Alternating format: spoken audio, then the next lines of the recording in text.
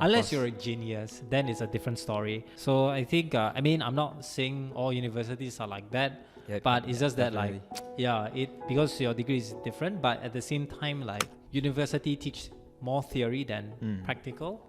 And in Sigma School, we teach more practical than theory. And from what we've seen so far is that a lot of companies are looking for practical rather than theory. But most of the time, people need someone who can actually code and create websites, right? So instead of me figuring out which skills or which thing I should learn, a bit here, a bit and there, I think the path is laid down. So as long as you follow through this path, you can be a software developer. It's just how much effort you need to take to complete all these things. But at least I know the road is there. If I put in 8 hours a day for 4 months, I know I can reach there. It's just a matter of whether am I disciplined or can I put in that kind of effort to finish all this. Hi, welcome to the Sigma School podcast where I interview software developers who transition to software developers from a non-tech background. So today I have a guest and he is CMJ, Chong Men Che, but we call him MJ, and he is our current software instructor and also software developer in Sigma School. So he'll be talking about his journey from where he started in uni, and then after that, how he became a software developer plus software instructor. And he will also share about what are the different things that makes a good student become software developers. All right. So thank you, MJ, for joining in this podcast. All right, thanks Haris for inviting me. All right. Glad to be So here. maybe you can share a bit about like what were you doing before you were learning to code? Right, so I started learning the code when I was in around year 2 in my university. So the degree that I am in is Management Information System, whereby we study half business and half IT. And the IT that we're learning is not that much towards code, it's more towards theory and designing, right? And back then, when I first looked at a YouTube video, I didn't know that software developer could earn that much. And what inspired me to join in the tech industry is, of course, money, right? And then before I graduate, I really wanted to get a job in programming, right? And that's where I Googled how can I learn programming self-taught, and then I found Sigma School. And that is where I decided to enroll, to upskill myself. And right now I'm here teaching people how to code. Yeah, I think you were in university trying to, do IT, and you saw like how much the tech industry is, right? Yep. But also, you also didn't really mention a bit about you were actually in your family business. Yeah. Or you are still currently in, right? Yep. So maybe you can share a bit about like your family business and why you didn't continue in that. Right, so when I was 18, my father actually asked me to continue family business instead of going to university. And yeah, so when I was in my year 1 of degree, I actually dropped out from my university despite being a straight A student in my SPM. And also I scored 4 flat in my foundation as well. Being that kind of, having that kind of result, and I dropped out of university, that is very unexpected, and it's not a status quo, right? But after I dropped out from my university, I lived alone for about a few months, and then I ponder about it. I think about it. Is this really something that I want? And after figuring out for a while, I decided that tailoring is not my passion, and I spoke to my father about it. And although he did not encourage me to go back into university, because in his mindset, he think that university students couldn't earn that much compared to taking over a business. But I still want to make a way for myself, earn money by myself, so that I can build up that kind of ability and charisma. If you make me bankrupt today, I'll have the ability to rebuild my empire. That's the thing that I am looking forward. And I joined back university because I think that IT software developer is something that I want to pursue in my life. Right. Yeah, I think it's very not normal for someone who is in a family business and say, no, I don't want to even continue the family business, or like you want to make it your own. Because in any business, if your business is successful, right, Yep. you literally have, I won't say a pot of gold, but in a sense, a base Yeah. where you can start off. Maybe, for example, your family business is earning 7 figures, and you can maybe improve it into 8, 9 figures or whatever, right? Yep. Yeah, but you say, okay, I want to start from scratch, literally from zero, right? And Yeah. then that's where you want to transition to tech. Yes. And like for anybody who's going to transition to tech without any like coding experience or any tech experience, it's pretty hard, right? Yes, correct. And then like maybe you can share also why, since you're in a university that kind of teaches tech, right? Because it's business and tech. Yep. Then why do you want to join a bootcamp? Right. So, as I mentioned earlier, management information system, half IT and half business. But the IT that we're in is theory. So out of 30 plus lessons or courses that we have, only 4 of them is about programming. Introduction to C, introduction to visual programming, web technique. So that is where we teach HTML, CSS, and JavaScript, not even React, and also database design. It's very fundamental, and it's really not enough for you to get a job in programming. And that's where, when I went to my internship is in software engineering. Although I self-taught myself, but I really don't have any experience. So throughout these 3 months, I feel like I was a potato inside, and I really don't know what I'm doing. And I'm glad I have a mentor who teach me and also showed me the path, what I should be learning if I really want to become a programmer. And then I feel like I am lacking a lot of skills, and therefore I decided to self-taught myself. And it happens that Sigma School comes into my Instagram feed or Facebook feed, I forgot already. But that's where I really think that Sigma School can make me a better software developer, and I can upskill myself. Plus, that time I also got my PTPTM money, about 5K if I'm not mistaken, 5K. And then the courses is like about 7K, so I think I can top up a little bit and join into Sigma School before I graduate. So I enrolled in Sigma School at final semester of my university. Yeah. Why do you join in the final semester? Why not after you graduate? Right. So in my final semester, I am doing final year project, and I don't have any courses left. I mean lessons. So I am kind of free, I would say, right? And since I am free, I feel like I really want to use these 4 months instead of wasting it. I want to join a bootcamp. Not to say join. Okay, my initial thought is I want to self-taught myself. So very intensively learn throughout these 4 months. But it so happens that Sigma School comes into my feed, and then I think that the price, the courses, everything is okay lah. So I follow my heart and I join. Then maybe what was the reason why you didn't continue with self-taught? Because self-taught is in a sense free, right? Yep. Then rather than just going through a coding bootcamp that costs you 5,000-7,000. Yeah. Right. So my first self-taught development, self-taught journey was when I was in year 2.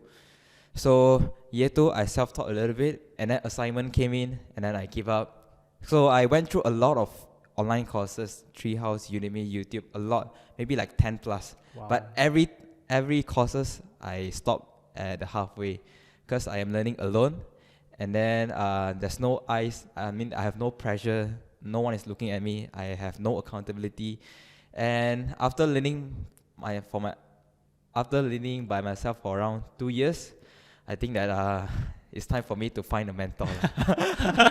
Yeah. So Right. since the price is okay, and then Yeah. the cost, I believe I can learn a lot, so I joined. Right. So then when you joined like Sigma School, what was your experience like in this bootcamp? What was like the difference in terms of self-taught and suddenly joining a class? Right. So I think the first thing that I really like about Sigma School is the course. So instead of me figuring out which skills or which things I should learn, a bit here, a bit and there, I think the path is laid down. So as long as you follow through this path, you can be a software developer. It's just how much effort you need to take to complete all these things. But at least I know the road is there. If I put in 8 hours a day for 4 months, I know I can reach there. It's just a matter of whether am I disciplined, or can I put in that kind of effort to finish all these courses that Sigma School have. Right. So it's more towards like a self-paced kind of thing in Sigma School, I would say back then. Yeah. And I guess what you say is that you have a direction. Yeah, direction. Versus, because of these online courses, there's so many. especially like Udemy or Treehouse or whatever Yes. lah, right? Yep. There's so many to choose from, and you don't know which one to choose. At Yeah. least like Singma gives you a direction that potentially can help you get a software developer job. Then also, what is something that you see because you join in a boot camp? Yep. What do you see that makes a student in a boot camp successful? So maybe I'm a little bit biased because I joined as a full-time student. I think for you to be successful in a full-time, in a boot camp, Yeah. and also full-time, because I am full-time, I think it requires discipline. Because after class, we have a live classes of 3 hours, and then after that, you need to complete certain optional tasks. I think the main difference between good students and a average students is they really go through all the optional tasks. Because through all these optional tasks, it gives you challenges, and if you can not to say self-taught, but if you can figure out how to solve these optional tasks, the challenges that you have, then you learn more compared to the ones who just complete the compulsory and then relax. Because you cannot learn 3 hours and expect a 8 hours full-time software developer job, right? If you want an 8-hour full-time software developer job, you have to put in 8 hours of learning every single day for you to reach that level. So Well I think said. the difference between a good learner and an average earner is whether they put in the commitment and also the self-discipline required into this bootcamp. Yeah, I do agree is that like when you just started out in coding especially, you have to go through a lot just to understand certain things and also to challenge yourself. Yes. Because I mean right now you're working as a software developer and software instructor, right? Most of the time the task is given you without any, I would say, not a lot of guidance in a way. Yep. So in a sense, the challenges help you to actually find out how you're able to solve the problem on your own as much as possible. Correct. And then if you need help, of course, you ask the instructor. Yeah. And because like what you say, 3 hours of live lesson versus 3 hours plus 5 hours of optional challenges, Correct. that will actually, build your skill as a software developer, right? Yeah. So then what was like a difficult challenge throughout the bootcamp itself? I would say bootcamp courses wise, no problem. It's just how I manage my personal life. So during this bootcamp, I have final year project going on and also some personal commitment. For example, you need to spend time with your family, you need to spend time with your friend. How do you then manage your time to really focus on coding? Because I have a goal. I want to be a software developer in just 4 months. And if I got distracted by all these things, then I couldn't complete my goal. So I think the number one most important thing is how laser focused you are. Can you stay focused? Can you stay committed? Can you be self-disciplined to wake up, code, and then learn, and then sleep? Can you put in 8 hours a day? No matter your emotions, whether you're happy, sad, work must be done. Yeah, so that's the thing that I learned, to be self-disciplined. Right. Yeah. So I guess the biggest challenges is commitment, right? And how Commitment. you like balance whatever commitments you have, whether it's coding or also family and friends, right? Yep. So do you think that, I think you've answered this, but do you think that it's possible for someone to complete a 4 months boot camp by just committing 3 hours a day or even once a week? Full-time bootcamp, I don't think Or so. even like part-time, for example. Right. Yeah. So maybe to say complete, yes, because you only hit the compulsory requirement. Maybe if you're a genius. But I think for you to really become a good software developer, that people want to hire you, and then you can shine in tech interview, then I think 3 hours is definitely not enough, right? Yeah, definitely. So I think like a lot of times, I think for both of us, when we talk to people who wants to, go as fast as possible to complete a course, right? A lot of times they say like most of our students are part-time. And then we have calculated that around you have 40 weeks to complete our course. Yep. And the thing is that, can I do faster? And I say, yes, of course you can. Then I always base on it to our full-time, where they had to, for example, learn 8 hours a day, 4 times a week. Correct. And then you have to do it for 52 weeks. 16 weeks. Yeah, 16 weeks. So 16 weeks times 4 times 8. is equal to 512 hours. Yeah. And then when I say that, okay, you need 512 hours to be a good developer. And if you want to do once a week, then that's why 40 weeks kind of works out. If you do the math, 40 weeks is also not enough. So that's where a lot of people don't understand that you have to commit a lot. So maybe another question is that if you could turn back time during the time of you going to a boot camp, what will you do differently that will help you achieve your goal at a faster pace? Right. So when I joined in Sigma School, I was learning as an online coach. So part-time bootcamp, right? At the first 2 months, I was in part-time. The part-time program. Yeah, part-time program. Yeah. I took 2 months for me to complete the module 1. Ah, Right. Even though I have full-time commitment. right? Because I don't have any lessons.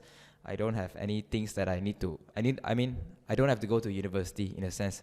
I literally have all the time in my life, but I still couldn't complete the first module in 1 month.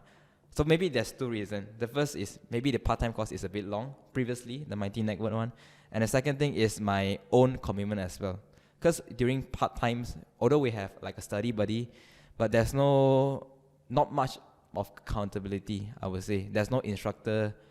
I mean, there is, but it's only once a week. Yes. So after that lesson, you might be hyped up for a while, but after that, your motivation slowly goes down, and you kind of be lazy here and there a little bit.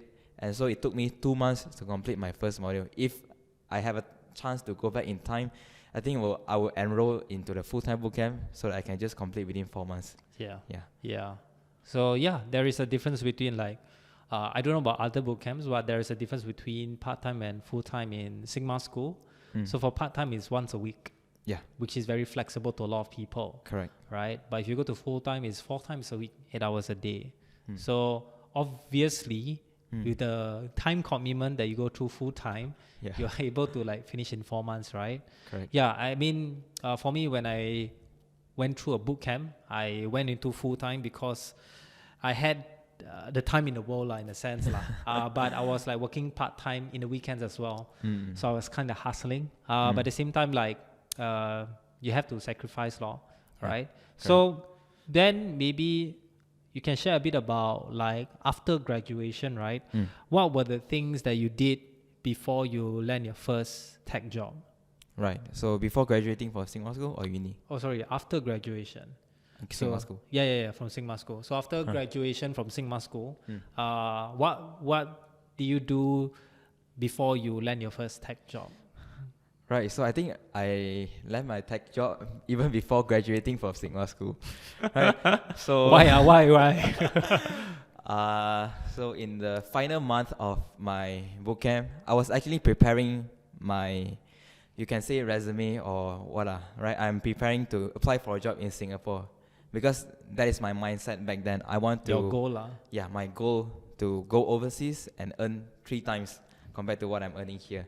Right, I want to go to Singapore. But my instructor, Haris, he texted me. He asked, hey, just curious, what you want to do after this bootcamp? Then I say, apply for a job. Apply for a job in where? I mean, Singapore. Then Haris asked me, do you want to work for Sigma School? I say, as an intern or what? And then Haris say, why not your first full-time job?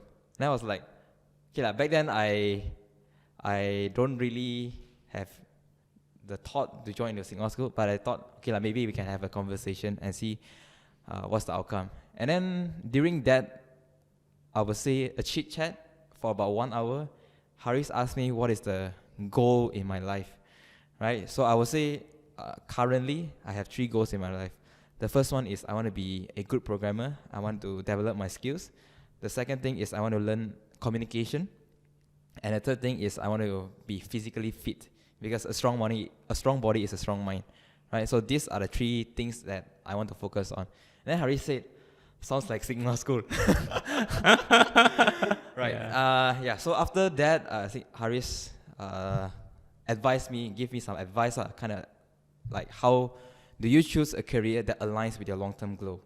And then after that, after the interview, I thought for a while, right? I really think about it. should I go to Singapore for the sake of money, or I should join a company that really aligns with the skills that I want to build up for myself, programming, communication, and exercise, right? And after thinking for like a few days, 1 or 2 days, and then I told Hardik that, okay, I think I want to try applying for Singapore School, right? And of course, you give me some case studies, and I went through that, and then eventually Hardik said, okay, I think you are a good fit for Singapore School, and yeah, then this is where I joined Singapore School. Singapore came to you. Yeah. So I guess it's like the reason why I wanted or chose you is because that you showed the ability of number one, coding, obviously. So for those who don't know, for me, I am a person with no tech degree. I got my software developer job just based on knowing how to code. That's it. So number one, he fits the criteria. Number two is that for MJ, he has put in the effort to do live coding. So live coding means that you literally have to code and explain what you do in the code for a coding challenge. That is a very typical technical interview for anyone who wants to become a software developer. They don't want to hear about your communication skills, but more towards how you explain your code. And MJ has proven a lot in terms of like, he really put in the effort to explain the code and really go through the coding challenge. And that's like a great fit because we are also looking for a software instructor who needs to do this as well. And then I would say lastly that really aligns with more towards me, but not really Sigma School, is like you want to hustle. You want to work hard, right? And that's something that I don't see in a lot of people. And for me, I mean, I told MJ, it's like, yeah, you can go to Singapore. But if you want to look for a company that hustle, I would say not a lot. Because from my experience, because I am Singaporean, I work in Singapore, a lot of people there want to do what's, not say minimum, but what's required. In a sense that if I require you to work from 9:30 to 5:30, a lot of people will do that. Yeah, so that is from my experience what people generally do, and people who are like hustlers, very rare, because in Singapore, we are blessed as Singaporeans that we have great companies that has set up headquarters there. You know, we have Google, we have a lot, right? And these big tech companies are able to give that work-life balance in terms of or whatever job you want to apply in these big tech companies. So a lot of Singaporeans, or I don't know, this is my general senses, is that a lot of people there are happy with the required time that they need to do the work. If a company say, hey, can you work in the weekends? They'll be like, no, I'm done, you know, that kind of thing. But for me, from my experience, there are certain companies that I joined. I myself was not forced, but I like to work a lot. Yeah. I like to work a lot. And for Sigma School, in Sigma School, I feel that the people around us do the work that is required, even if it's after work hours. So we have people who work during the weekends to solve a bug because it's not required. We never tell them, hey, it's okay lah, go on Monday or don't work. It's just that they wanted to fix the bug because they feel that they are responsible for whatever work they have done. Right. Yeah, and this kind of like culture, I believe you cannot really find it anywhere. And that's, I think, where MJ kind of like see like, oh, Singapore, not hustler. Yeah, everybody go home at 5. Yeah, that kind of thing. So, I mean, that's why I would say that like for Sigma School, I want to create a culture where we want to strive for excellence. That's one of our values. And that's where like, we don't want to force you to work after hours, but we are looking for people who wants to be the best in whatever skills they want to be, right? And we don't mind that you start from very little. Like I was a newbie when I became a software developer, but I freaking work hard and I became a Google developer expert kind of shit, right? And that is something that you can never do if you never work hard. Great. So enough about selling Sigma School and myself, right? So maybe you can share a bit about like what was your first challenge when you started your role as a software developer? Right. So I mean, this is my first job. Full-time job. Full-time, yeah. Yep. First full-time job. And my role mainly is about software instructor, whereby I need to teach students. And first day when I came to Sigma School, I had to teach, right? So previously I have no teaching experience, but work must be done. So I sit down and I put in whatever effort or whatever work must be done, and then I teach my students. So I would say the first 2 days are not very good, all right? Not very good. And then I have a rest day. So Wednesday we don't have any class. So during that day, I really go back to my house, look at the recording, how you teach, how I should plan out my lessons, the flow, and I write it down in a book so that I can tick whatever checklist that I need to do. So when I start Google Meet, I need to make sure that it's recorded. I need to make sure that everyone attendance is taken, and then I need to make sure that at this time, I need to give students a break. So I need to write down every single thing because I have no teaching experience. But after a week of practice, deliberate practice, and then one of the students gave feedback saying that improved a lot, right? And then also I got asked my students, his name is Zev, and then he said that I couldn't see that you are first time teaching. I thought you have teaching experience, right? And when he said that, I am really grateful, and then my effort is paid off, right? So what was the question again? First challenge. Yeah, the first challenge. Yeah, so the first challenge is to adapt into the working environment, especially teaching, because this is literally my first time speaking in front of a computer for 2 to 3 hours. That is something that I have never done before, but I managed to pull it off, right? That's great. I mean, you learn from the best. No lah. I mean, you were my student, so you have a way of knowing what was the structure of the lesson, which is great. And yes, like what you say, deliberate practice, right? So I think that is something that you have shown that, and from the students' feedback, you can see that you improve, right? Yeah. And then because this is very unique to being a software instructor, which is teaching, right? Yeah. So what is another challenge, or what is the first challenge that you face as a software developer? Right. So my role is tech instructor and software developer. So after I teach for the lesson 3 hours, and then my most of the time goes into coding. And during the first week of my learning, because I was learning React. So for those of you who don't know React, it is kind of like a framework, right? JavaScript framework. I was learning React for 4 months. This is my first language and the only language that I know. And the project that I'm in for software developer project, it uses Vue.js. So of course the challenge is how can I learn up Vue in such a short amount of time, because I need to blend into the work environment. And I think the challenge is, of course, I need to learn new syntax, new framework, how they write code is very different, but the fundamental logic is the same. So I went to Udemy and I signed up for a crash course kind of thing. It's 13 hours combined, the length of the course, 13 hours. So I spent about 1 to 2 weeks to really learn up the new framework that I need.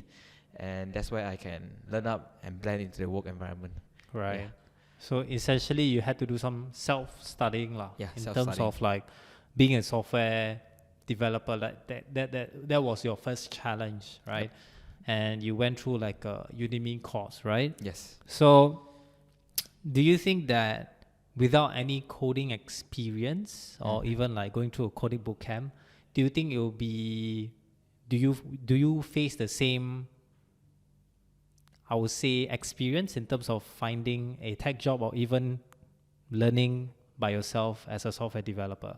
Do you think going through a coding bootcamp makes a huge difference? Yeah, I think, of course, because when you go through bootcamp, you essentially learn all the things that you need to become a software developer. So, for example, Module 1, you learn the fundamentals, JavaScript. Module 2, you learn a framework. So this is the first time I learned a framework in a bootcamp.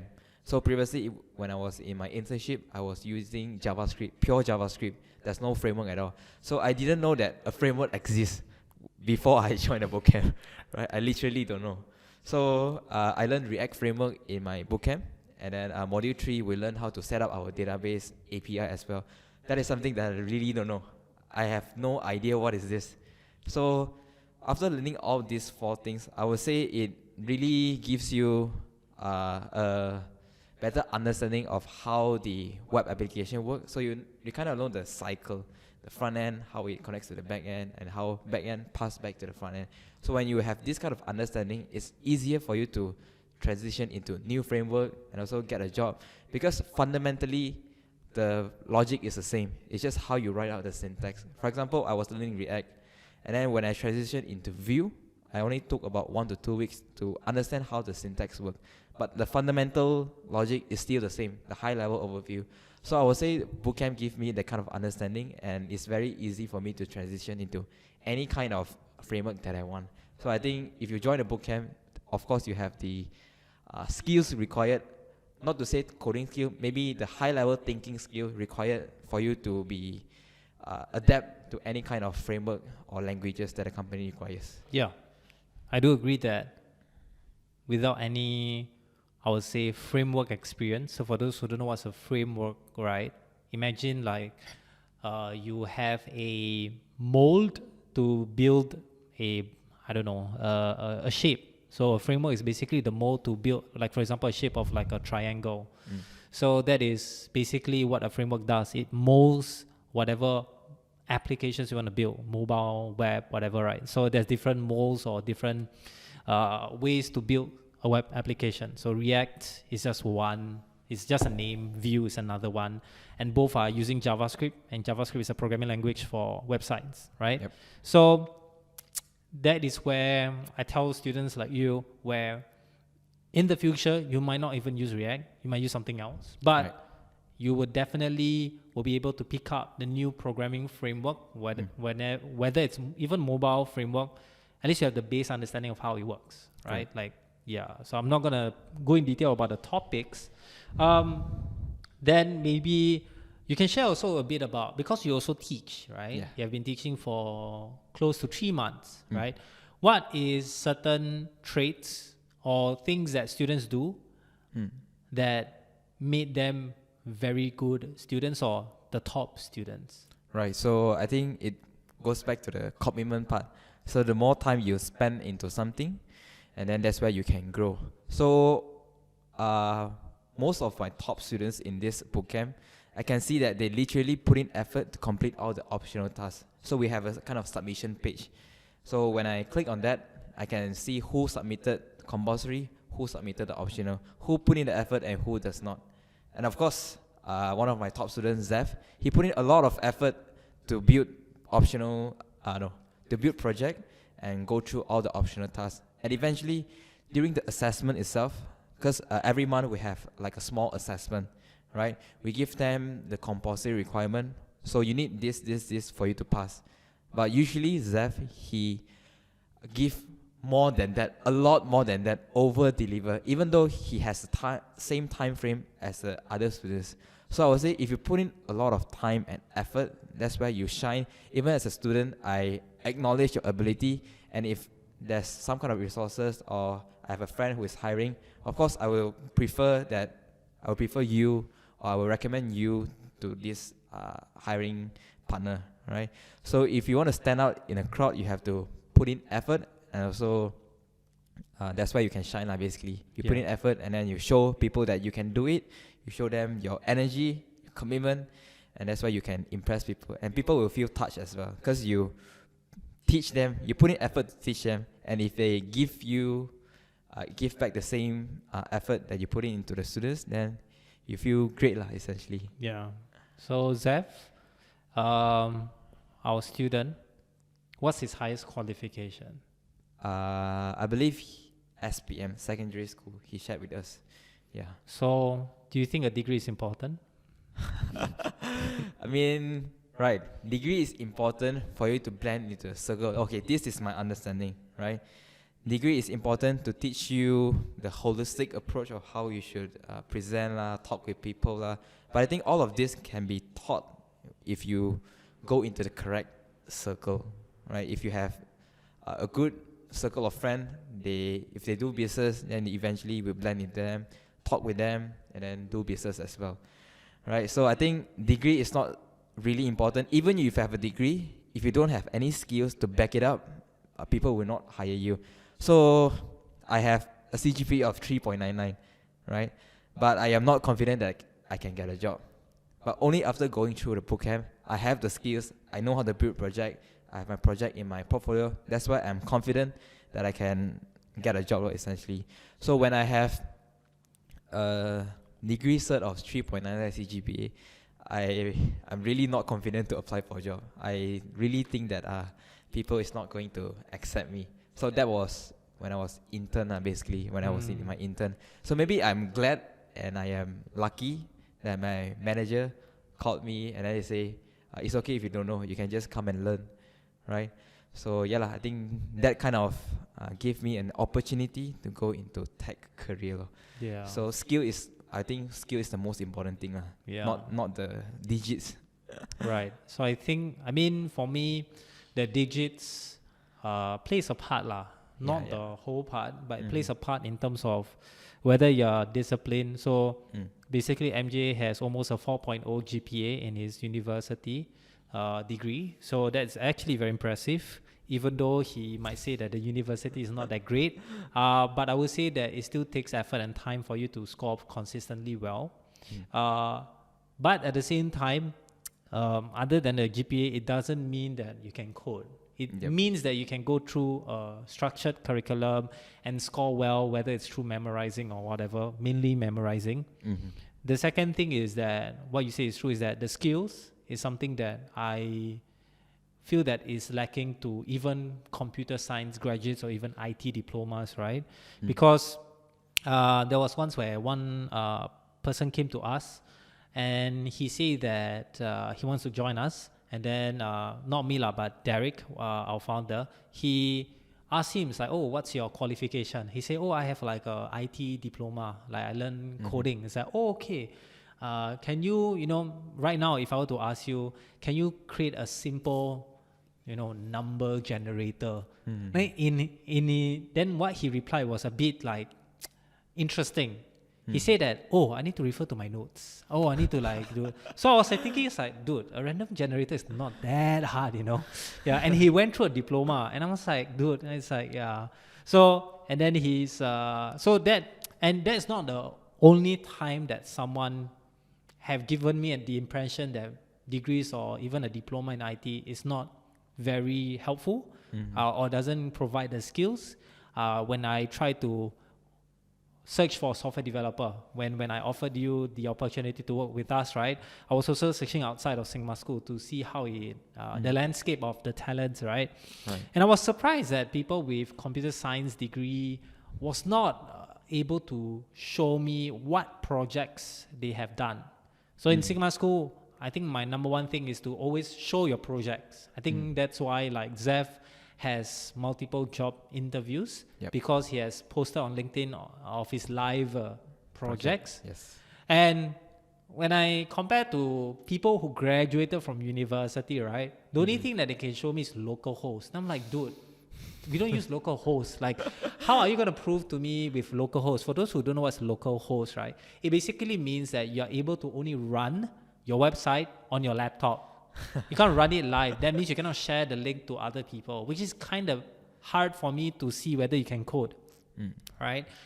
And so I was quite surprised on the talent in I would say Malaysia. Maybe I haven't searched big enough. But do you think it's consistent in terms of people with computer science degree or even IT degrees? Do you think that is enough for them to get a software developer job? Well, I think it depends on what kind of thing are you doing during this kind of degree. Because I have CS students. No, I have friends who is in CS degree. Computer science. Yeah. Yep. I have friends in computer science degree. He shared with me that not everyone knows how to code in that degree. Most of the time, right, they will ask a top student to teach them how to code or even copy their project.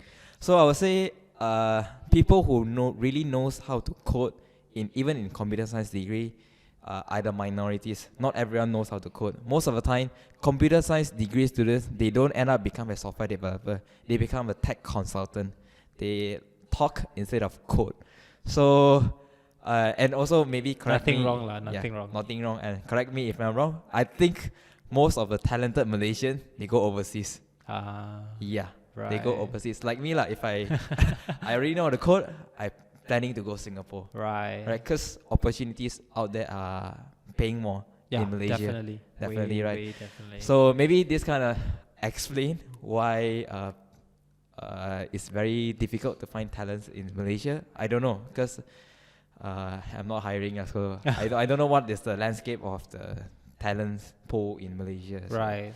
Yeah, I mean, I could speak to the computer science students' situation because I've talked to some of them, people who are from National University of Singapore or even universities in Singapore, and it is very consistent to what you say. So usually the people that I talk to are people who can code. And then they always kind of complain, like, oh my God, it's like my group mates don't know how to code. I have to do everything by myself. Do you face the same when you were in university? Right. So just to clarify, my university is not in computer science. Yes. So I think it's normal for them to not know how to code. But the thing is that our final year project needs to code. Yeah. So I was like, university, you didn't really teach me how to code. And final year project, you expect me to code a full stack system, front end, back end. So how my peers or friends did, of course, some of them, they self-taught themselves during this 4 months. But the website is not good. I can say the project is really not good. Even though I can just ask one of my students, they can code better than my most of the friends. Yeah. And then I know many of them, they pay someone to do it. Right? So this is like you're not teaching them how to really code. And then you expect us to build a full stack application and put it in the report. Yeah. So that doesn't align. Yeah.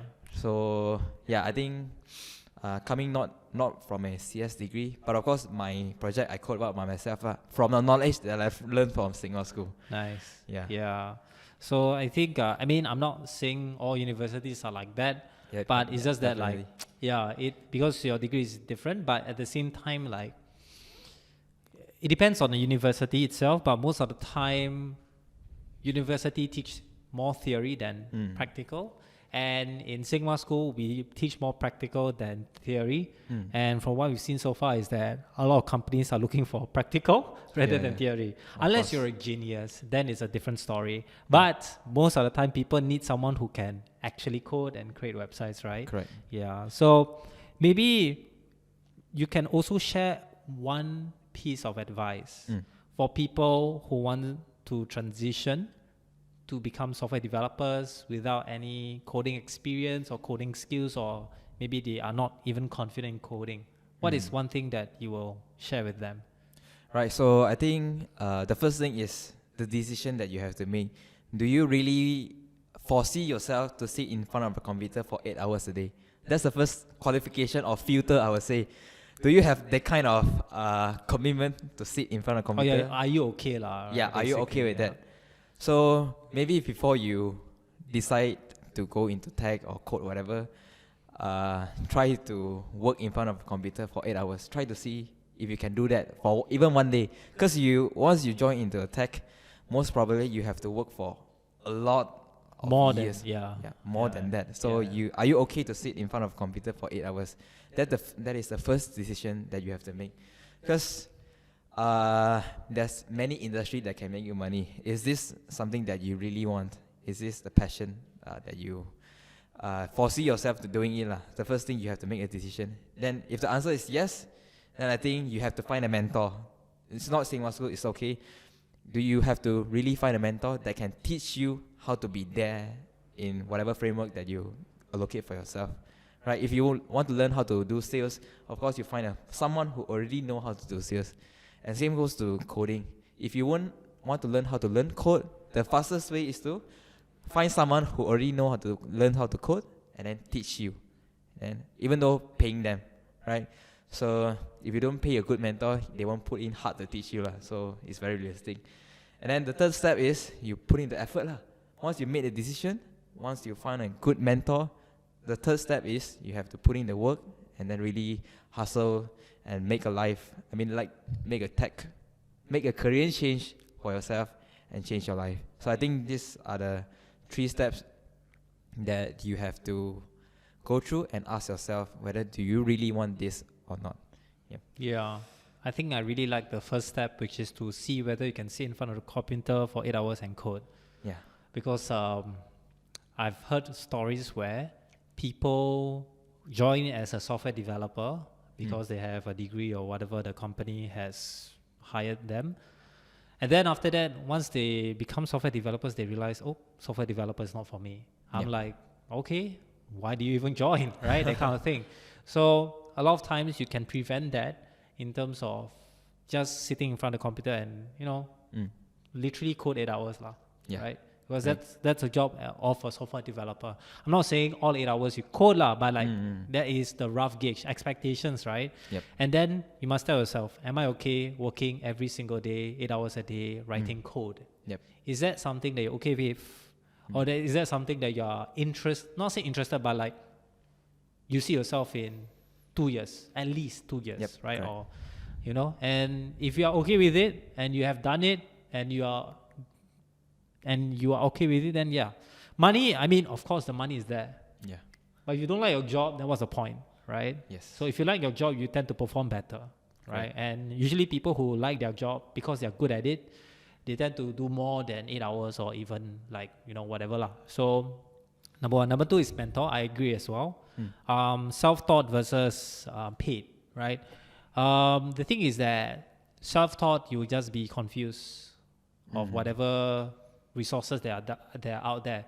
Unless you're very disciplined, unless you have a track record of you teaching yourself, achieving something on your own. For example, me, I managed to achieve a 1 mile run or 2.4 kilometers run in 10 minutes. So that's very, very fast. That's above average.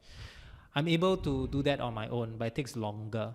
If I had a coach, I can definitely achieve the goal way faster because someone who's there is able to give you advice, able to guide and give you a structured plan on how to improve, right? So it really depends on what you want, but I think for me, the best is that I spend a huge amount of money to go through a boot camp, but I gain back the money almost like less than a year, something like that. Less than a year? Yeah, something like less than a year. Right. Versus a 3 years, 4-year degree, dude, that's a lot of money. I don't know if you're going to take back. And sometimes you take loans as well. Yeah, correct. And then you have to pay for a very long time. So going through like coaching or whatever, a boot camp, a mentor, whatever, will actually help. Yeah. Correct. You have the accountability person and that pressure as well. And lastly, basically like committing, right? The last part is just committing, right? Yes. Put in the work, basically. Put in the work, So you have to be realistic. You have to know that coding itself is already very hard. You have to understand that that's the reason why people pay a lot of money. It's because the work is hard and not a lot of people want to go through it. If I were to compare, not saying that this job is bad, if you were to compare to graphic design, if you were to compare to being a designer, right? It's easier. It's easier than coding because you already have software that does design for you. So there's a lot of supply. There's also a high demand, but that means the demand will always go for the good ones. In tech is different. In coding is different. High demand, low supply. That's why the salary is very high. Right? That's why when you get your first job, of course, it's going to not be as high as your previous job, or it's not going to be very, very high. But when you transition to becoming a senior where you work for a year or two, right, you will see the jump from, for example, I have a student who started working 3.2, 3.5, his first full-time job as a software developer. But then after when he transitioned to another company, 4.5, 5K. You cannot have that jump in any kind of like career, in my opinion. So that is like, but you need to put in the time. You need to put 512 hours. You literally need to look at your calendar. How much of hours are you willing to sacrifice? Are you willing to sacrifice your weekends? People say, yeah, can. So that means, right, you Saturday, Sunday, you don't go out, you don't go with your friends, you don't go with your family. You literally just stay at home and code. Lunch, eat, code. Dinner, eat, code. Is that something that you're able to sacrifice? If not many can sacrifice that, then it will take longer. And if you don't have a mentor, it's going to take even longer, right? So these are the things, right? Yeah, so I mean, I agree lah. So just to summarize, number one is Make a decision. make a decision, but meaning that you need to go through a small part of being a software developer. Just code 8 hours a day. Yeah. Second is find someone. Yep. It will be way faster. It's worth your money if you're really serious about it. Third is to just commit Yep. for at least 512 hours. Correct. Yes, 512 hours, To be right? realistic. To be realistic, lah, right? Okay, so with that said, thanks so much, MJ, for joining this Thanks. podcast. For those who is inspired by this story, hopefully, motivation won't be. It's motivation is not. It's not it's not a thing that can sustain you for a long Yeah. time. Self-discipline Yeah, is what will make you grow. Correct. Very few people have that self-discipline. I believe I have self-discipline, but it's damn hard to be self-disciplined. So might as well pay someone or be in a group where they actually code every single day, right? So with that said, thank you so much, everyone. If you like this podcast or video, please share around, because I believe that, MJ from a graduate to become a software developer, it's not like it's a typical route, but at the same time, it's not easy as well, right? Without coding skills, I believe that it's going to be a harder time for you to actually get a job. So with that said, thank you so much, and I'll see you in the next one. All right, thanks. Bye-bye. Bye-bye.